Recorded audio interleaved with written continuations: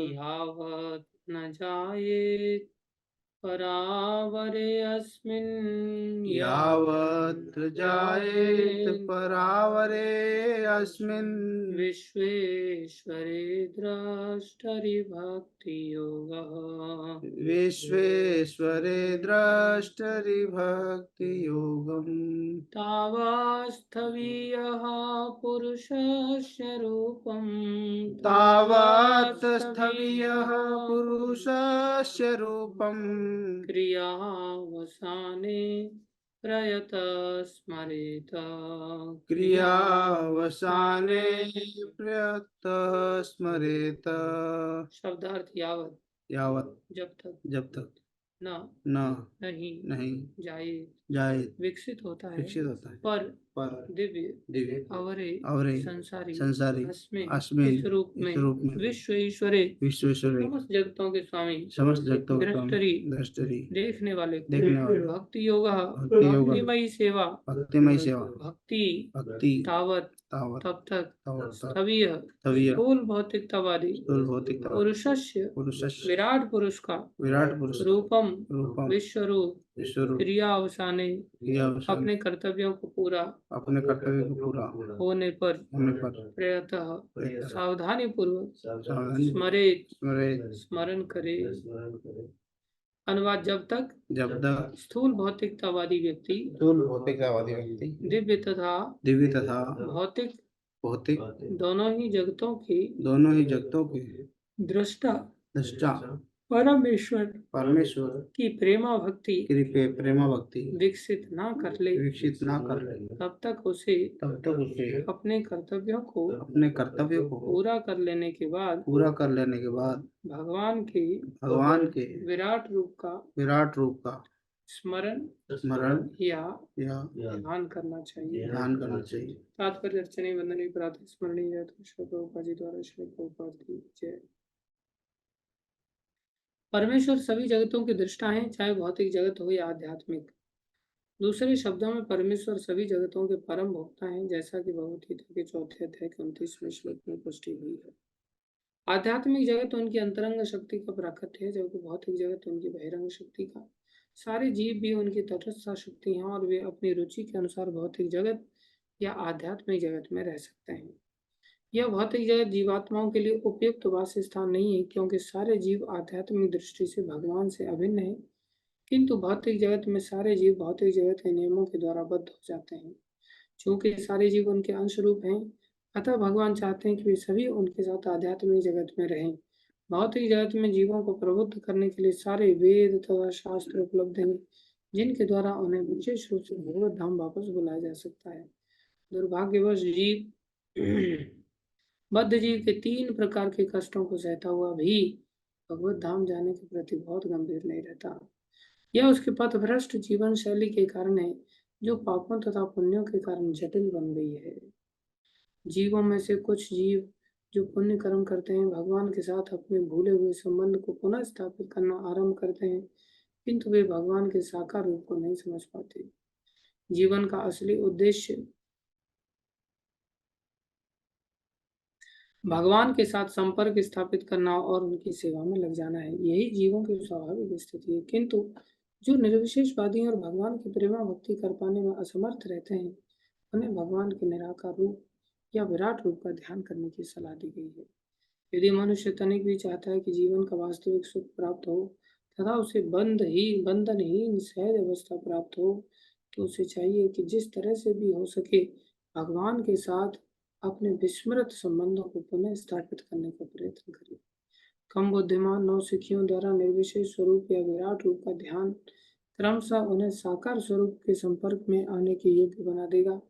यहाँ पर मनुष्य को पिछले अध्यायों में वर्णित विराट रूप का ध्यान करने की सलाह दी गई है, जिससे वो समझ सके कि किस तरह विभिन्न लोक, समुद्र, पर्वत, नदियां, पक्षी, मनुष्य, देवता तथा अन्य जो कुछ सोचा जा सकता है, भगवान के विराट रूप के ही अंग प्रत्यंग है। इस प्रकार का चिंतन भी एक प्रकार से परम सत्य का ध्यान ही है। जो ही ऐसा ध्यान प्रारंभ हो जाता है, मनुष्य में दैवी गुण आ जाते हैं और सारा संसार समस्त लोगों के लिए एक सुखमय तथा शांतिमय आवास लगने लगता है। ईश्वर के ऐसे निराकार या साकार रूप के ध्यान के बिना मनुष्य के सारे सद्गुण उसकी अपनी स्वाभाविक स्थिति के विषय में भ्रांतियों से ढके रहते हैं, और ऐसे उच्च ज्ञान के बिना सारा संसार मनुष्य के लिए नरक बन जाता है। ओम ज्ञानम तिमिरन्धस्य ज्ञानाञ्जनशलाकया चक्षुरुन्मीलितं येन तस्मै श्रीगुरवे नमः। श्रीचैतन्यमनोभीष्टं स्थापितं येन भूतले स्वयं मह्यं ददाति स्वपदान्तिकम्।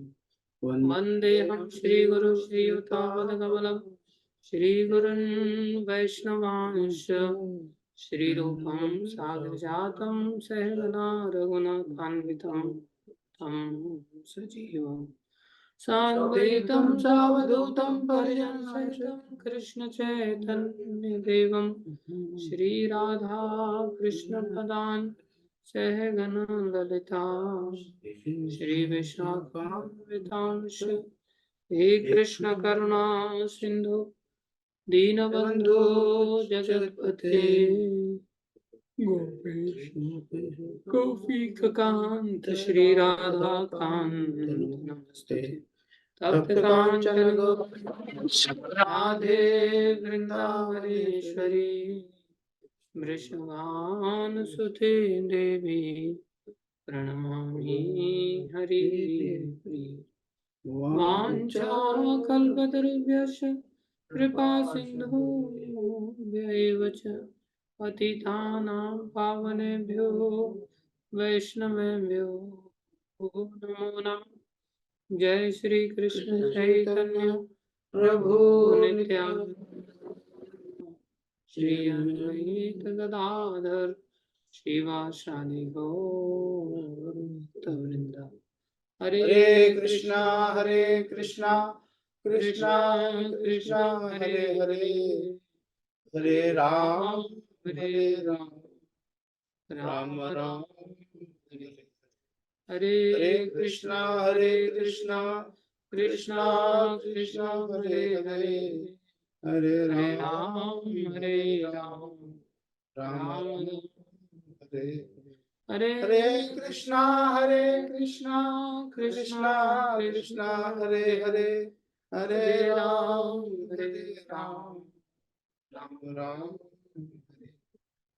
गुरुवे गौरचंद्राय राधिकाय तदालये कृष्णा कृष्ण भक्ताय तद्भक्ताय।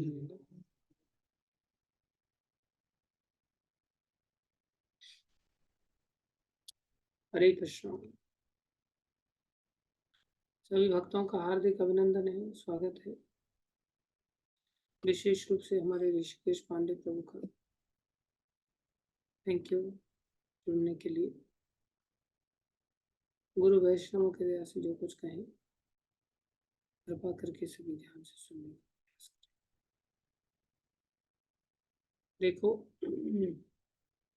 जैसा कि इस श्लोक के माध्यम से तात्पर्य में प्रभुपाद जी ने बताया, दो संसार होते हैं, एक ये भौतिक संसार है और एक आध्यात्मिक संसार। क्षमा चाहते हैं। भौतिक संसार जो कि भगवान की बहिरंगा शक्ति के द्वारा बनाया गया है, आध्यात्मिक संसार भगवान की अंतरंग शक्ति के द्वारा बनाया। भगवान की अंतरंग शक्ति उन लोगों को अपने अंतर्गत रखती है जो भगवान के आज्ञाकारी लोग हैं, और उन सभी को सुख प्रदान करती है। बहिरंग शक्ति उन लोगों को अपने अंतर्गत रखती है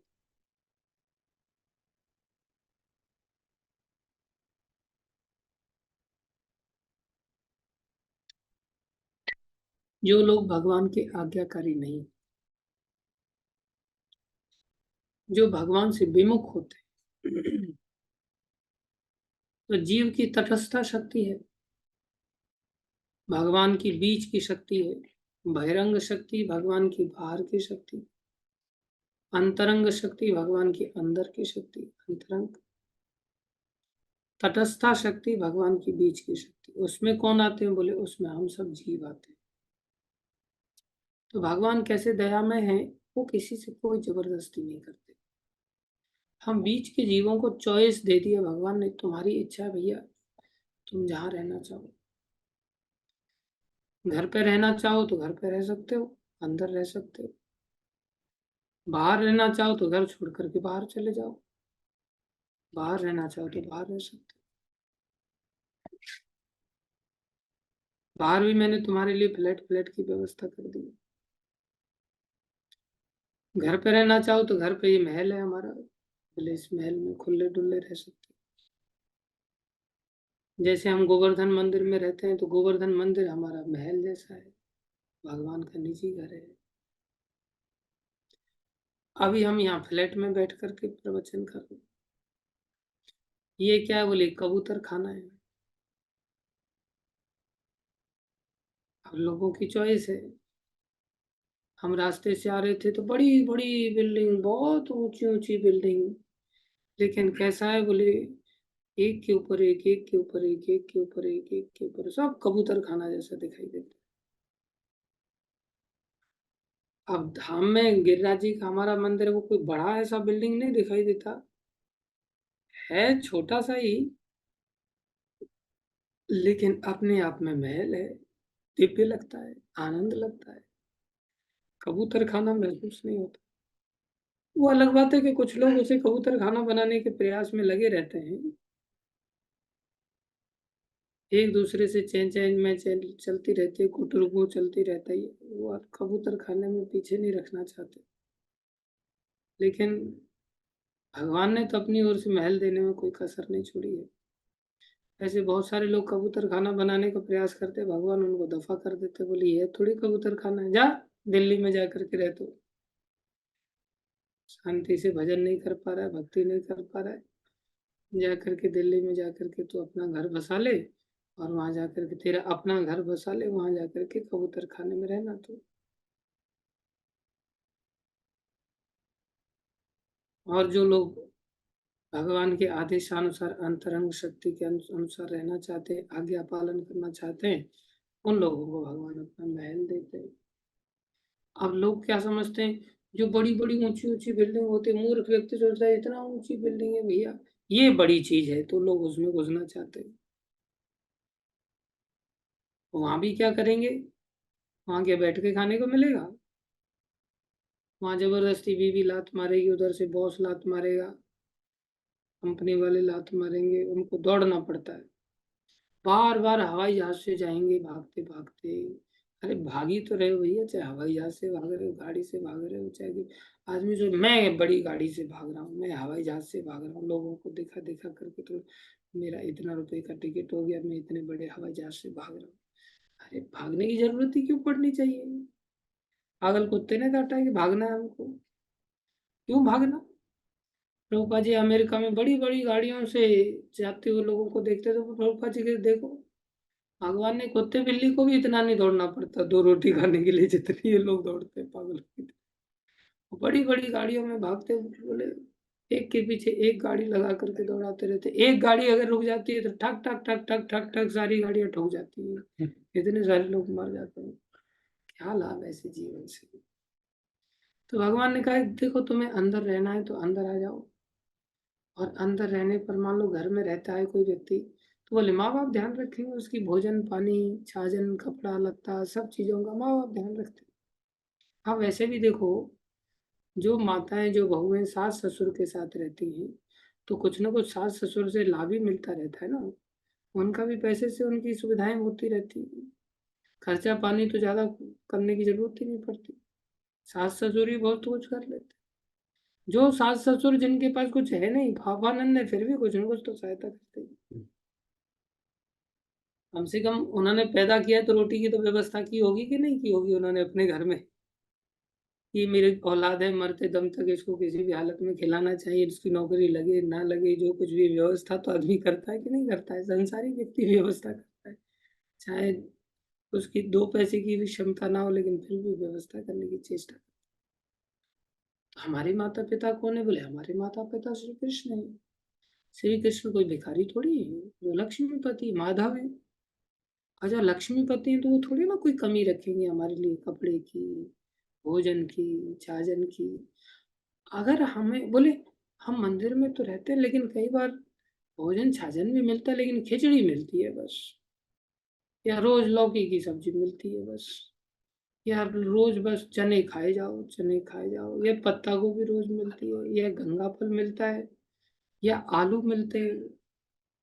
और कई बार तो आलू इतने रसीले मिलते हैं कि उसमें कूद के डाई मारनी पड़ती है कि शायद एक आध आलू मिल जाए, हाथ में आ जाए। आलू भी बड़ी मुश्किल से ढूंढ ढूंढ करके मिलते हैं। कई बार पकोड़े कम पड़ जाते हैं।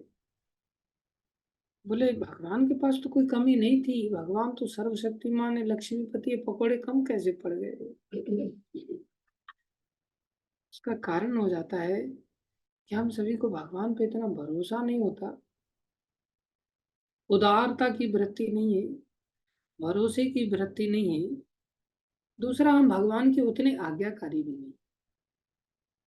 हमारी आज्ञाकारिता, मान लो कोई बालक है, उसको किसी पिताजी ने बेटा पहाड़ी याद करना, और उसने पहाड़ी याद कर ली, तो उसके लिए रोज आप बढ़िया नई नई आइटम लेके आएगा कि नहीं, चीज लेकर के आएगा कि नहीं? और वो बच्चा कुछ करता ही नहीं, आज्ञा का पालन ही नहीं करता, पहाड़ी याद ही नहीं करता, तो दे थप्पड़ लगाएगा उसको, रोटी देगा, सूखी रोटी देगा, थोड़ी रसगुल्ला खिलाएगा उसको। ऐसे ही हम जिस मात्रा में आज्ञा पालन भगवान का करते हैं, उस मात्रा में भगवान भरण पोषण करते हैं। हम क्या करते हैं, एक दिन आज्ञा पालन कर लेते हैं, मंगल आरती उठ गए, जप कर लिया, गीता पढ़ लिया, एक दिन कर लिया, और 6 दिन गुल्ली मार देते हैं, बहाने मारते रहते हैं। तो हमें कौन सा दिन याद रहता है? जिस दिन हमने कर लिया ना, वो दिन याद रहता है। जिस दिन हमने टोकर मिट्टी के उठा ली, उस दिन मैंने इतनी सेवा किया। जिस दिन हमने ईंटें उठा ली, उस दिन अरे मैंने इतनी बड़ी ईंट उठा ली, कोई नहीं उठाता, बोले मैंने उठा लिया। और कितने दिन हम नहीं उठाते, उसका हम नहीं गिन पाते। हम मंदिर में भी भगवान का घर न मान करके, अपना घर न मान करके, अपने अपने कमरे खोजते रहते हैं, सोचते हैं मैं मेरे कमरे में जाऊं। अर्थात हम ऐसी ही दृष्टिकोण वाले बच्चे हैं जो चाहते नहीं नहीं मैं घर से बाहर अपना फ्लैट लूंगा। तो मंदिर में भी, भगवान के घर में भी, जो हम सबका अपना घर है, सारा ही घर हमारा है, उसमें हम देखें तो उसे अगर अपना मानेंगे तो सारे मंदिर को झाड़ू लगा देंगे। लेकिन हम क्या फील करते, नहीं नहीं मेरा वाला कमरा है, उतना से झाड़ू लगाऊंगा मैं, दूसरे के सामने से, दरवाजे के सामने भी झाड़ू नहीं लगाऊंगा दूसरे के। अरे दूसरे का कमरा थोड़ी, वो भी मंदिर का ही कमरा है, दूसरा भक्त रह रहा है, वो बेचारा मूर्ख है, नहीं झाड़ू लगा रहा, तुम लगा दो उसके यहाँ झाड़ू लगा जा करके। क्योंकि मंदिर में तो तुम रह रहे हो, ये हमारा घर तो सारा का सारा हमारा ही घर है। लेकिन हम मंदिर को जब सारा घर नहीं मानते ना, तब फिर मंदिर में भगवान भी अपना घर का व्यक्ति समझ करके पूरी तरह से हमें बढ़िया बढ़िया आइटम नहीं खिलाते। हमें फिर एडजस्टमेंट करनी पड़ती। देखो जो सन्यासी हो जाते हैं, वो मंदिर को, एक ही मंदिर को नहीं, सभी मंदिरों को अपना घर मानने लगते हैं। भगवान की अंतरंग शक्ति के अंदर चले जाते हैं, तो भगवान जहां भी उनको भेजते हैं, सब जगह राजभोग की व्यवस्था उनकी हो जाती है। हमें राजभोग के लिए झगड़ा करना पड़ता है। तो भगवान के पास कोई राजभोग की कमी थोड़ी है कि एक दो लोगों को ही राजभोग मिलेगा। अरे सबको मिल सकता है, बशर्ते हम सब लोग क्या करें, घर के अंदर आज्ञा का पालन करते हुए हर व्यक्ति सेवा करे। तो घर के अंदर कैसे सेवा करनी होती है? बोले प्रेम से सेवा करनी होती है। घर के अंदर से बाहर जाता है तो वहां लात खा के सेवा करता है, सेवा के बिना तो नहीं रह सकता। फ्लैट में कोई व्यक्ति रहता है तो क्या बिना सेवा के रह सकता है? उसको भी सेवा करनी पड़ती, चाहे बीवी है, बच्चे हैं, पिता है, सबको गधा मजूरी करनी पड़ती है, सबको जा करके परिश्रम करना पड़ता है। लेकिन हम मंदिर में जाते हैं तो सेठ बन जाते हैं, और घर पे आते हैं तो भीगी बिल्ली बन जाते हैं। ऐसे ही कोई व्यक्ति भक्त बन जाता है तो वो क्या करता है, उसका जीवन कैसा होता है? बोले वो मंदिर में जाता है तो भीगी बिल्ली बन करके रहता है। अर्थात गुरुजनों का, वैष्णवों का आज्ञाकारी बन करके रहता है, भगवान का आज्ञाकारी बन के रहता है। और फिर वो संसारी लोगों के बीच में जाता है ना, वो सेठ बन करके रहता है। आप देखो, हम लोग मंदिर में रहते हैं, बन करके रहना चाहिए, और जो आज्ञा मिल जाए वैसी सेवाएं करनी चाहिए, गुरु जी से, वैष्णवों से, साधु संतों से, जो आज्ञा, जो आज्ञा, जो आज्ञा। और फिर आप मार्केट में संसारी लोगों के पास जाओगे ना, दूसरे संसारी घर गृहस्थी वालों के पास जाओगे, तो देखो आपकी सेठ की तरह पूजा होती है कि नहीं, आप एकदम सेठ बन के जाओगे, बढ़िया। और संसारी लोगों का क्या होता है, संसारी लोग घर में कैसे रहते हैं, एकदम मुंह लॉक रहता है उनका, चू भी नहीं करते, भीगी बिल्ली बन करके रहते हैं। और मंदिर में जाते हैं तो दुपट्टा वगैरह अलग रहेगा एकदम से, ऐसा लगेगा कि बस हमारे लिए बढ़िया स्टेज लगाई जाए, प्रसाद हमें यहाँ आकर के सर्व किया जाए। घर पे तो उठ उठ करके खुद लेंगे, बीवी के बर्तन भी साफ करेंगे, सब कुछ करेंगे। दिखाना नहीं चाहते वो अलग बात है। एक घर में गए, वहां उनकी सास, एक बहू की सास, वो झाड़ू लगा रही थी। हम जैसे ही पहुंचे, वृद्ध थी काफी, जैसे ही हम पहुंचे, मैं बोला, आपको एकदम से उन्होंने झाड़ू छोड़ दिया और सेठ बन करके दिखाने लग गए। वो तो झाड़ू छोड़ दिया उन्होंने सीधा, जैसे बहू झाड़ू लगवाती नहीं है। ये सब छुपाने का प्रयास करते हैं, जैसे कि संसार में लोगों को सेवा करनी नहीं पड़ती। बराबर सेवा करनी पड़ेगी, सेवा के बिना तो कोई रह ही नहीं सकता।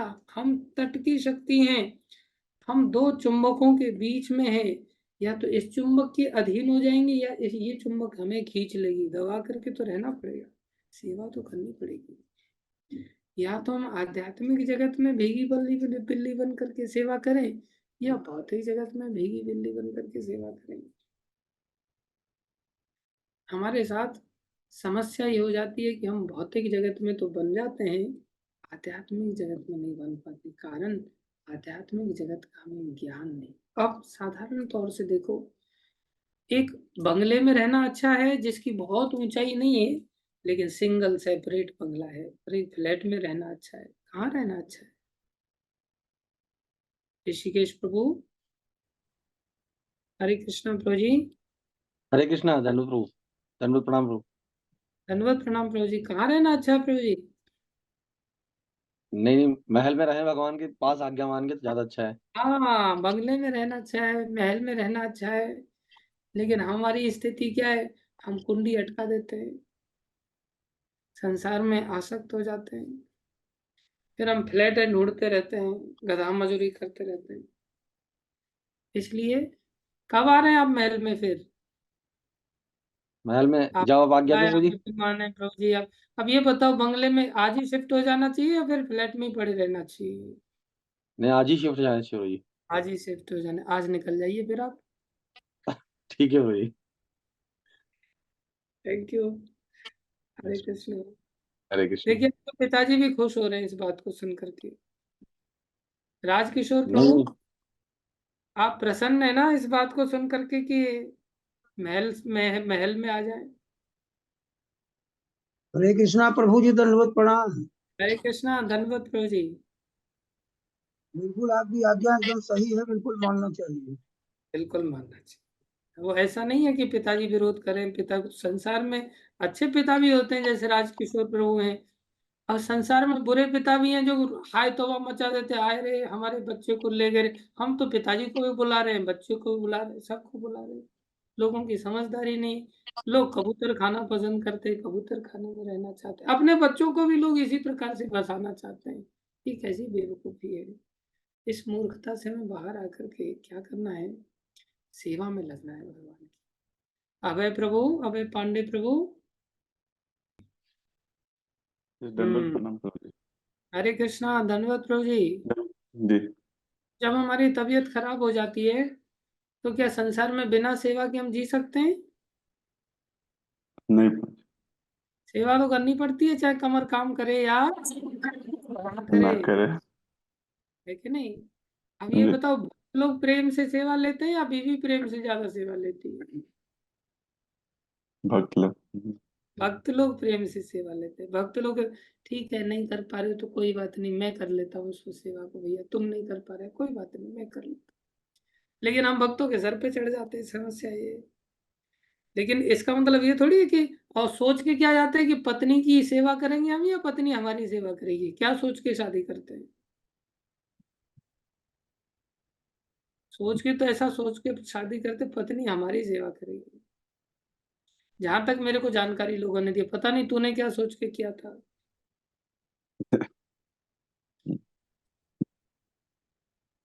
संसार में हम सब रह नहीं सकते सेवा के बिना, तो फिर भगवान की सेवा में लग जाना चाहिए ना, फिर टाइम पास क्यों करना? भगवान की सेवा के लिए समर्पण में आगे बढ़ना चाहिए, और भगवान की सेवा करेंगे तो हम सारे बंधनों से मुक्त हो जाएंगे। संसार की सेवा करेंगे तो हम सारे बंधनों में फंसे रहेंगे। लेकिन ये एकदम से नहीं हो जाएगा ऐसा, हमें धीरे धीरे धीरे धीरे अभ्यास करना पड़ेगा, मेहनत करनी। तो ये बड़ा सीधा सा सिद्धांत है, इसमें कोई बहुत ज्यादा उधेड़ बुन नहीं है।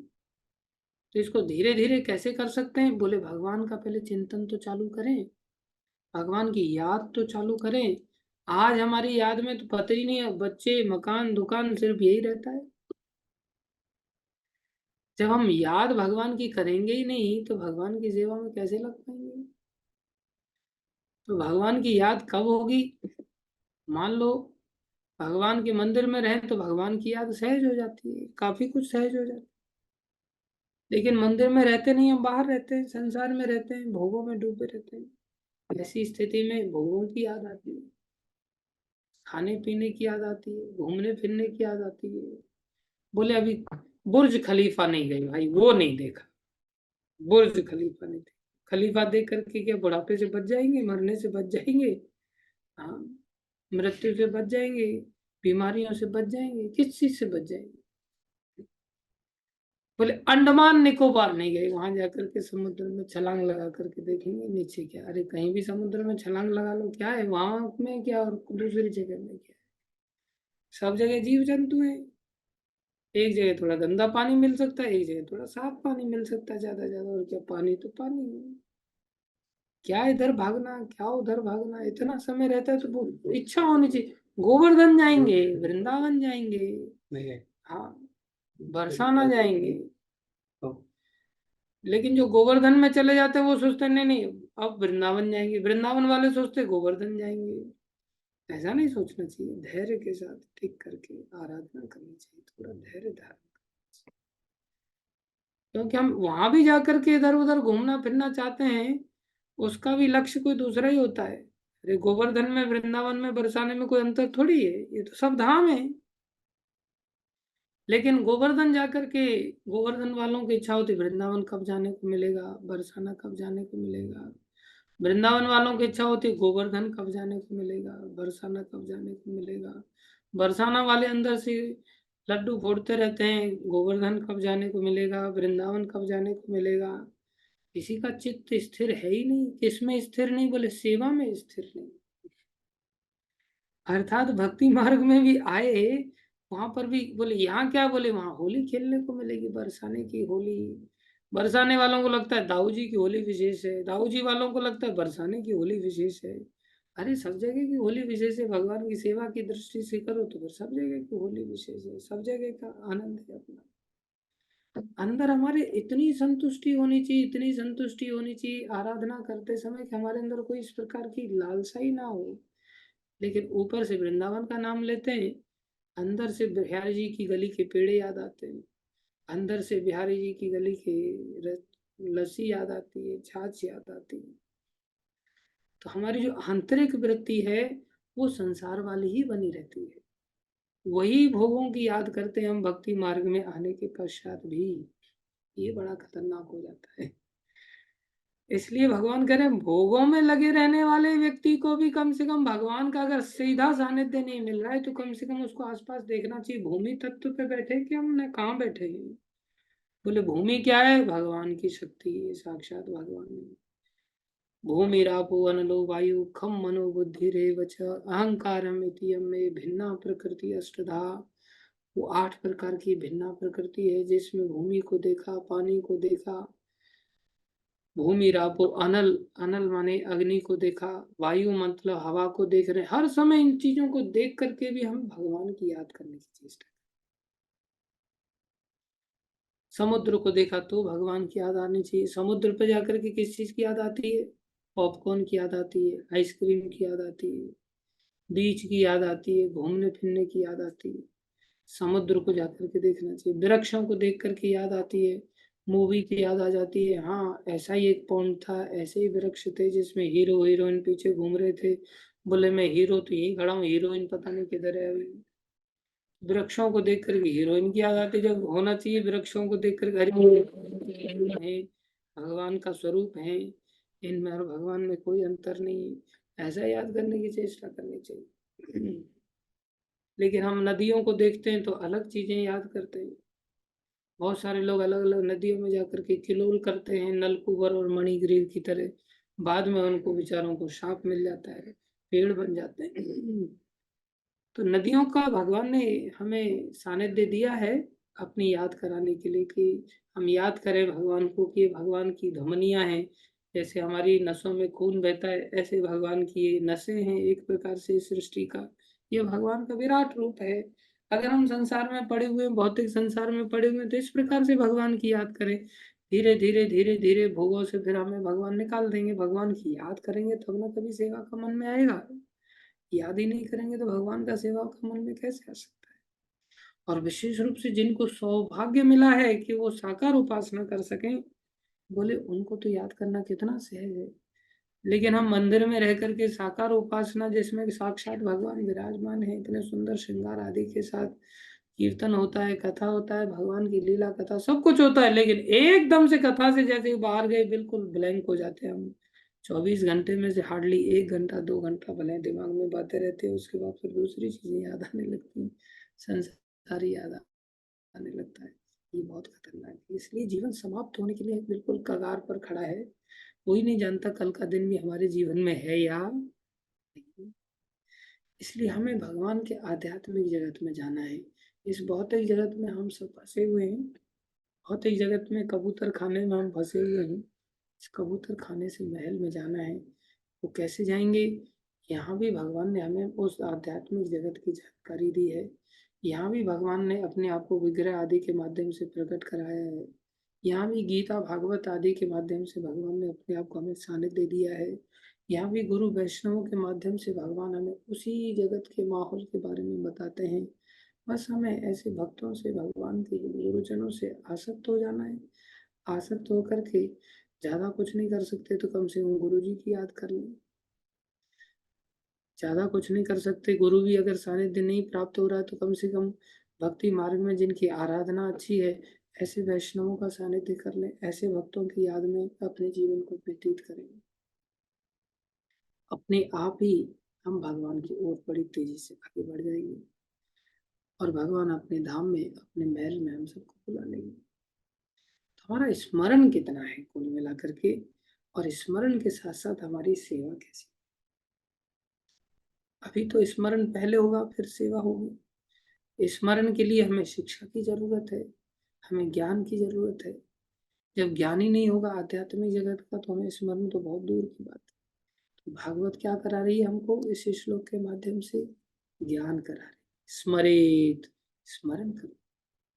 भौतिक जगत को भी भगवान ने बनाया है, इसलिए इसमें भी भगवत अनुभूति लाओ। भगवान के दिव्य मंदिर आदि में साकार उपासना होती, वहां भगवान का दिव्य अनुभूति लाने की केवल इसलिए मनुष्य शरीर में। परिणाम क्या होगा? यहाँ संसार में तुम रगड़ते रहो, रगड़ते रहो, सेवा करनी पड़ेगी संसार में भी। तब दो वक्त की रोटी वो भी दुखी होकर, जैसे जेल है, जेल में भी काम करना पड़ता है और जेल के बाहर भी काम करना पड़ता है। जेल के अंदर 2 वक्त की रोटी मिलती है काम करने के साथ, लेकिन डंडे के साथ मिलती है। जेल के बाहर जब हम काम करते हैं वहां भी 2 वक्त की रोटी मिलती है, उसमें चॉइस भी अधिक होती है, लेकिन उसमें प्रीति से हम अपनी इच्छा से जाते हैं सेवा करने के लिए। जबरदस्ती सेवा करने के लिए नहीं जाते, नौकरी करने के लिए नहीं जाते। अपनी इच्छा से, इच्छा होती है कि हाँ हमें नौकरी करनी है, हमें किसी व्यक्ति की सेवा करनी है, संसार में जैसे इच्छा होती है। तो वहाँ चॉइस रहती है, वहाँ भी रोटी मिलती है, लेकिन रोटी प्रेम से मिलती है थोड़ी। जेल के अंदर रोटी मिलती है, काम करना पड़ता है, जबरदस्ती करना पड़ता है। तो हम मंदिर में क्या करें? बोले मंदिर में सेवा की स्वेच्छा लाएं, स्वेच्छा से सेवा करें। मंदिर में हमें जबरदस्ती फील होती है, संसार में हमें अपने आप में इच्छा हो जाती है। हमारा ऐसा दिमाग खराब हो गया कि जेल में आदमी के अंदर इच्छा हो रही है काम करने की, चाहे डंडे खा करके सूखी रोटी मिले, तो भी जेल के अंदर हम इच्छा कर रहे हैं सेवा करने की। और भगवत भक्ति के अंदर जैसे हम चले जाते हैं, हम सोचते हैं हमारी सेवा यहाँ होनी चाहिए। ये कैसी मूर्खता है। इसलिए सेवा के बिना कोई व्यक्ति नहीं रह सकता। कई बार प्रवचन देने के लिए ये बात कहना आसान हो जाता है, लेकिन वास्तव में इसका रियलाइजेशन करना चाहिए। गुरु महाराज से हम लोग सुन भी लेते हैं, बहुत सारे लोग सुन भी लेते हैं, लेकिन रियलाइज नहीं हो पाता, इसको समय लगता है, बार बार सुनना पड़ता है। सुनते सुनते सुनते सुनते सुनते सुनते दिमाग में बैठता है, अरे सेवा ही जीवन है। तो पहले हम सबसे पहले इन बातों को सीखें, दूसरा इन बातों को ध्यान करें, चिंतन करें, तीसरा फिर हम प्रेममयी सेवा में लग जाए। बस प्रेममयी सेवा में लगे नहीं कि हमें सारी आपूर्ति भगवान ने किया नहीं। आपूर्ति के सागर तो भगवान ही है, सब कुछ उन्हीं से है और कहीं से संभव नहीं। इसलिए आपूर्ति संसार में भी हमारी हो रही है, जैसे जेल में भी आपूर्ति सरकारी कर रही है और जेल से बाहर भी आपूर्ति सरकारी करती है। जेल के अंदर आपूर्ति संघर्ष भरी है और जेल के बाहर जो आपूर्ति है वो आनंद भरी है। ऐसे ही इस भौतिक संसार रूपी जेल में जो आपूर्ति भगवान की द्वारा हमारी की जा रही है वो थोड़ी सी संघर्ष भरी है।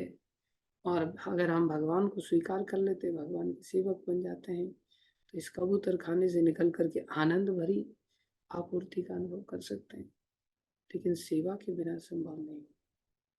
ये बिल्कुल गांठ बांध लेनी पड़ेगी हमको किसी भी हालत में कि बिना सेवा के संभव नहीं हो सकता, किसी भी हालत में संभव नहीं हो सकता। देखो लोग संसार में नौकरी करते हैं, क्या सोच करके करते हैं कि यार जवानी में नौकरी कर लो, इससे क्या होगा बाद में चल करके लगे तो हम पेंशन हमें मिलती रहेगी और बैठ के खाएंगे। बोले बाद में क्यों बैठ के खाएंगे? आदमी ऐसा भी सोच सकता है बाद में करेंगे। बोले बाद में बूढ़ा शरीर हो जाएगा, हो भी नहीं पाएगी, नौकरी हो ही नहीं पाएगी बुढ़ापे में, इसलिए बुढ़ापा तो बैठने के लिए मिला है।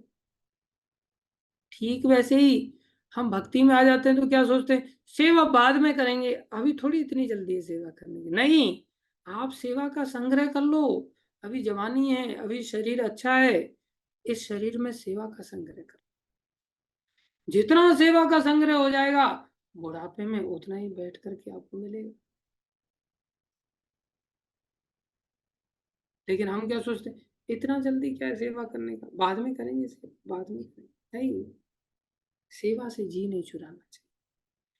और बोले सेवा किसकी करनी चाहिए? भगवान की सेवा कैसे होती है? बोले भगवान की सेवा से बड़ी है भगवान के भक्तों की सेवा। मंदिर में जो भी भक्त लोग रह रहे हैं सबकी सेवा करना सीखना चाहिए।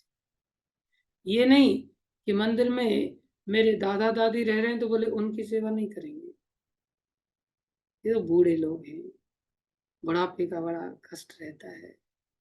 नहीं, बुढ़ापे में भी हमें भी जाना पड़ेगा एक ना एक दिन। ऐसा लगता है ये आफत हमारे ऊपर कहाँ से आ गई, क्या आराम से आजादी का जीवन जी रहे थे, कान पकड़ करके थप्पड़ लगाना चाहिए। आफत है। अरे अगर हम सेवा कर लेंगे तो कल बुढ़ापे में हमारी सेवा हो जाएगी, हम सेवा नहीं करेंगे तो कल बुढ़ापे में हमारी सेवा कौन करेगा?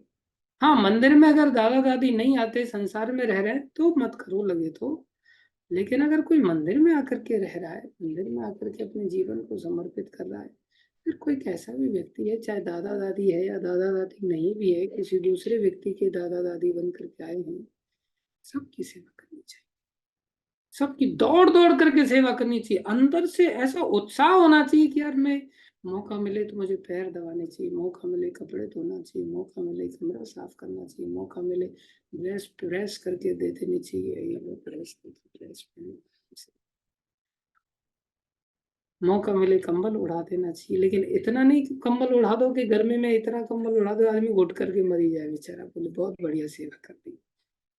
नहीं, हमें हर प्रकार से सेवा करने की चेष्टा करनी चाहिए। पूछना चाहिए आपकी मैं कैसे सेवा कर सकता हूँ। हर एक व्यक्ति को हाथ जोड़ करके पूछना चाहिए मैं आपकी कैसे सेवा कर सकता हूँ। भगवान बड़े प्रसन्न होते हैं क्योंकि लोग भगवान के घर में रह रहे हैं ना, भगवान बड़े प्रसन्न है जब घर भरा भरा रहता है चारों तरफ से। सारे भक्त लोग एक दूसरे की प्रीति के साथ सेवा करने की लालसा रखते हैं। ऐसा नहीं मैं तो केवल प्रभु जी की सेवा करूंगा बस, ऐसा नहीं। प्रभु जी मंदिर के व्यक्ति थोड़ी है केवल, गुरु जी मंदिर के व्यक्ति थोड़ी है केवल, सबके सब मंदिर के गुरु जी के चेले हैं, सबके सब अपने हैं। इसलिए किसी से भी मुंह नहीं मोड़ना चाहिए, किसी को देख करके मुंह नहीं फुलाना चाहिए। हर एक व्यक्ति के प्रति प्रेम से जुड़ करके सेवा के लिए लालची होना चाहिए। भगवान बड़े प्रसन्न। अरे बड़ों की सेवा जिनका प्रभाव है संसार में उनका तो सब कर लेते हैं, जिनको कोई नहीं पूछ रहा उनकी सेवा करो ना, भगवान कितने खुश होंगे, भगवान को बहुत अच्छा लगेगा। चकाचौंध के पीछे तो सब जाते हैं। हमें सेवा को जीवन का अंग बनाना है। आप सभी से मैं यही निवेदन करता हूँ, सेवा ग्रहण करने वाले नहीं बनने चाहिए मेरी तरह। मैं तो सिर्फ मालिक बन करके हर जगह जहाँ भी जाता हूँ सेवा ग्रहण करने की चेष्टा करता रहता हूँ। आप लोगों का भी दुर्भाग्य है कि आपको मेरा ऐसी कुसंगति प्राप्त करनी पड़ रही है, लेकिन क्या करें। आप लोग आपस में अपने सौभाग्य को जागृत कर सकते हैं, आपस में एक दूसरे की सेवा कर सकते हैं। आप सब आपस में भक्त हैं, एक दूसरे का सम्मान करो, एक दूसरे की सेवा करो, इसी से हमें भगवान का महल मिल जाएगा। अन्यथा हम संसार में ही सड़ते रह जाएंगे, संसार में कबूतर खाने में जीवन बिताना पड़ेगा भैया। और फिर बाद में मौत ही है, दर्दनाक मौत है, अनंत काल के लिए दर्द, कोई option. Thank you. Hare Krishna. प्रणाम सभी भक्तों को। सब लोग जप कर सकते हैं अच्छी तरह से। हरि बोल।